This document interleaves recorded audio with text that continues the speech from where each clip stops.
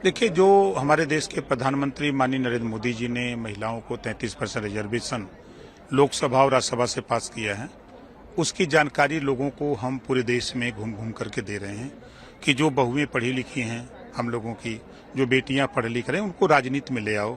कल 1/3 100 में 33 विधायक और 33 सांसद महिलाएं होंगी। अगर हमारी बहन बेटियां पढ़ी लिखी नहीं होंगी, राजनीति में नहीं, पढ़ी लिखी तो हैं, राजनीति में बोलने का तरीका, लड़ने का तरीका नहीं है, तो फिर सदन में जाकर के फिर कोई लाभ नहीं मिलेगा। इसके लिए हम घूम घूम करके लोगों को जागरूक कर रहे हैं। प्रयागराज में जिस तरीके से प्रोटेस्ट चल रहा है, आपने बोला वन नेशन वन एजुकेशन, तो एग्जाम को लेकर आप लोग देखिए, हम अभ्यर्थियों के साथ खड़े हैं।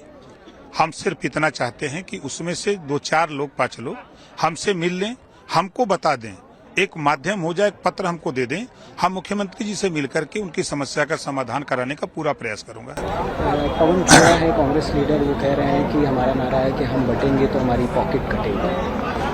अब कांग्रेस वाले तो इतना पॉकेट काट लिए कि वो कहते थे कि 100 रुपया दिल्ली से भेजते हैं तो 10 रुपया पहुंचता है, उन्हीं का बयान है। और इमरजेंसी लगा करके लाखों लोगों को जेल में डाला, पत्रकारों को जेल में डाला, संविधान को ताक पर रख दिया। अब वो कांग्रेस अगर बोले तो अतिशयोक्ति लगती है। कांग्रेस लीडर एक और हैं, हुसैन गलवाई जी, वो कह रहे हैं जो आरएसएस है वो टेररिस्ट है, ऑर्गेनाइजेशन। तो जब कांग्रेस की सरकार यहाँ 50 साल तक यूपी में, 60 साल दिल्ली में थी, तो उन्होंने प्रतिबंध क्यों नहीं लगाया? उनकी सरकार थी तो उनको प्रतिबंध लगा देना चाहिए, लेकिन वो प्रतिबंध तो नहीं लगाए, तो इसका मतलब कि आप झूठ बोल रहे हो। वक्फ संशोधन बिल के जो कमेटी के चेयरमैन है जगदम्बिका पाल जी, वो कह रहे हैं कि विंटर सेशन में ये अमेंडमेंट आ जाएगा वक्फ को लेकर। देखिए, जरूरत है। आए दिन 20, 25, 30 एप्लीकेशन मेरे यहाँ वक्फ बोर्ड की शिकायत आती है। उसमें जो गरीब कमजोर मुसलमान है वो वक्फ बोर्ड के जमीनों का लाभ नहीं ले पा रहा है। जो मजबूत लोग हैं, जो ताकतवर लोग हैं, वही वहाँ अपना अध्यक्ष बन गए, वही बेच रहे हैं, पैसे का गलत उपयोग कर रहे हैं।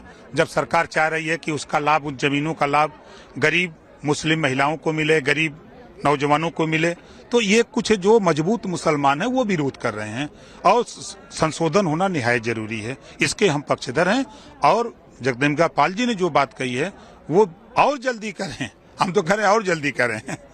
कल देव दीपावली का पर्व है, बनारस में सेलिब्रेट हो रहा है, कायदे से दीप जलाए जाएंगे, 17 लाख दिए। आप लोग किस तरीके से देव दीपावली को? देखिए, एक वो पर्व है, पर्व मनाने का खुशी का माहौल है। लोग अपने अपने धर्म को मानने वाले लोग सब लोग अपने अपने हिसाब से मनाते हैं, तो वो भी एक खुशी का माहौल है जो सनातन धर्म के लोग उसको बढ़ चढ़ के मना रहे हैं। बुलडोजर एक्शन को लोग बहुत खुशी से ले रहे हैं, जो विपक्ष है वो बहुत खुश है कि अब तो बुलडोजर नहीं चलेगा, और अब तो सुप्रीम कोर्ट ने ये नहीं कहा कि बुलडोजर मत चलाओ।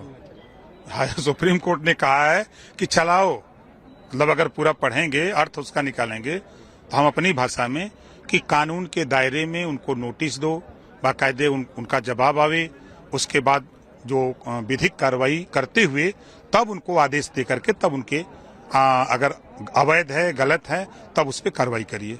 बुलडोजर पर मना नहीं किया है, लेकिन कानून के दायरे में, और सरकार कानून के दायरे में ही काम कर रही है। ऐसा नहीं कि हट करके, भाई कोई अपराधी अपराध करके अगर संपत्ति बनाया और सरकार की संपत्ति या किसी की निजी संपत्ति कब्जा किया है, अगर वो क्लेम कर रहा है तो उसको खाली कराने के लिए सरकार नोटिस देती है, पैमाइश होती है। उसके बाद जब निकलता है, चाहे सरकार की जमीन हो चाहे व्यक्ति की जमीन हो, तब उस पर कार्रवाई होती है। ऐसा नहीं है, जो कोर्ट ने कहा है उसका हम स्वागत करते हैं, और उसी फैसले के तहत हम लोग काम भी कर रहे हैं, सरकार उसी तरह काम कर रही है, कहीं कोई दिक्कत नहीं है। आखिरी सवाल, महाराष्ट्र और झारखंड इलेक्शन के बाद देखिए, जनता मालिक है, सब लोग अपनी अपनी बात जनता के बीच में कह रहे हैं।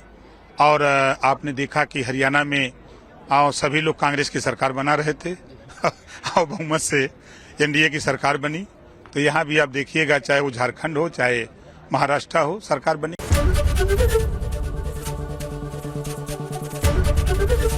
एबीपी गंगा, खबर आपकी, जुबान आपकी।